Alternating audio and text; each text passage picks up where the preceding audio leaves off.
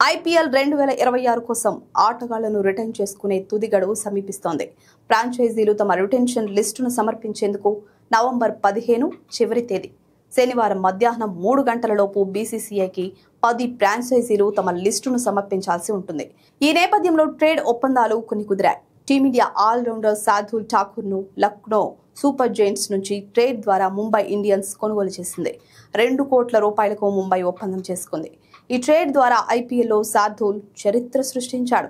IPL చరిత్రలో అత్యధిక సార్లు ట్రేడ్ చేయబడ్డ మొదటి ఆటగాడిగా శార్దూల్ ఠాకూర్ నిలిచాడు. ఐపీఎల్ 2017కి ముందు ఠాకూర్ను పంజాబ్ కింగ్స్ నుంచి రైజింగ్ పుణె సూపర్ జైంట్ కొనుగోలు చేసింది. 2023లో ఢిల్లీ క్యాపిటల్స్ నుంచి కోల్కతా నైట్ రైడర్స్ ట్రేడ్ చేసుకుంది. ఇప్పుడు లక్నో సూపర్ జైంట్స్ నుంచి ముంబై ఇండియన్స్ ట్రేడ్ ద్వారా కొనుగోలు చేసింది. శార్దూల్ ట్రేడ్ అవ్వడం ఇది 3వ సారి. తద్వారా ఐపీఎల్ చరిత్రలో అరుదైన ఘనత అందుకున్నాడు. ఐపీఎల్లో అత్యంత విజయవంతమైన 3 ఫ్రాంచైజీలు Mumbai Indians, Chennai Super Kings, Kolkata Knight Riders తరపున ఆడిన 6వ ఆటగాడిగా కూడా శార్దూల్ ఠాకూర్ నిలిచాడు. ఈ 3 జట్లకు ఇదివరకు హర్భజన్ సింగ్, టిమ్ సౌథీ, రాబిన్ ఉత్తప్ప, పీయూష్ చావ్లా, అజింక్య రహానేలు ఆడారు. నిజానికి 2025 వేలంలో శార్దూల్ అమ్ముడుపోలేదు. రీప్లేస్మెంట్ ఆటగాడిగా 2 కోట్ల రూపాయలకు లక్నోలో చేరాడు.